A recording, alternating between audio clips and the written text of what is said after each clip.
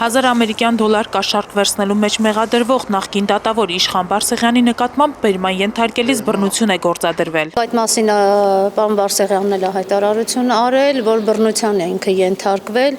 Նախաքննության ընթացքում այդ մասին հայտարարություններ եղել են եւ դա նույնպես նպաստել է, որպեսզի առաջանային այդ խնդիրները ամբողջ ատամնաշարը շարժվում էր։ Հենց առողջական խնդիրներով պայմանավորված էլ այսօր նրան չէին բերել դատարան։ Ամսի 17-ին, եթե չեմ սխալվում, կարելի ասել, որ փոքր վիրահատություն է տարել բերանի խոռոչում, դրա հետ կապված է միգուցե,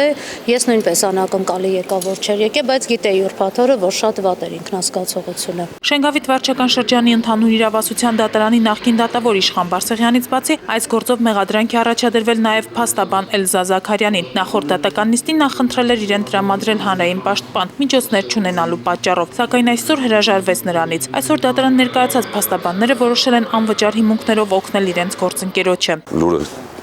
իմանալով, ես վրդովվեցի, որ մեր պալատը ինքը չի զբաղվում մեր գոլեգայի պաշտպանության հարցով, անկախ ամեն ինչից, եղել է իմ նախաձեռնությունը, իմ գոլեգաների նախաձեռնությունը։ Քանի որ առանց Ամբաստանյանի հնարավոր չէ շարունակել դատական նիստը, դատավորը այն հետաձգեց մինչև փետրվարի 3-ը։